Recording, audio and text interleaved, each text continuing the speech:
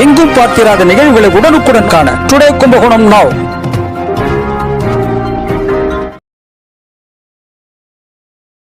மதசார்பற்ற கட்சிகள் இயக்கங்கள் சார்பில் கும்பகோணத்தில் அமைதி ஊர்வலம் டாக்டர் அம்பேத்கர் அவர்களின் நினைவு நாளை ஒட்டி நடைபெற்றது. சட்ட மாமேதை டாக்டர் அம்பேத்கர் அவர்களுடைய 68வது நினைவு நாளை ஒட்டி மதசார்பற்ற கட்சிகள் இயக்கங்கள் சார்பில் ரயில் நிலையம் அருகில் இருந்து சிஆர்சி மேம்பாலம் வரை ஊர்வலம் நடைபெற்றது.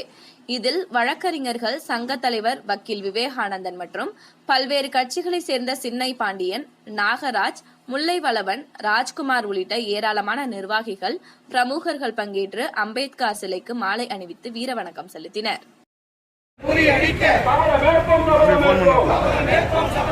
வீர வணக்கம், வீர வணக்கம். இந்திய நாட்டின் அரசியல் சட்டத்தை ஏற்றி அமைத்த அன்பு தலைவர் அம்பேத்கருக்கு வீர வணக்கம், வீர வணக்கம். அம்பேத்கர்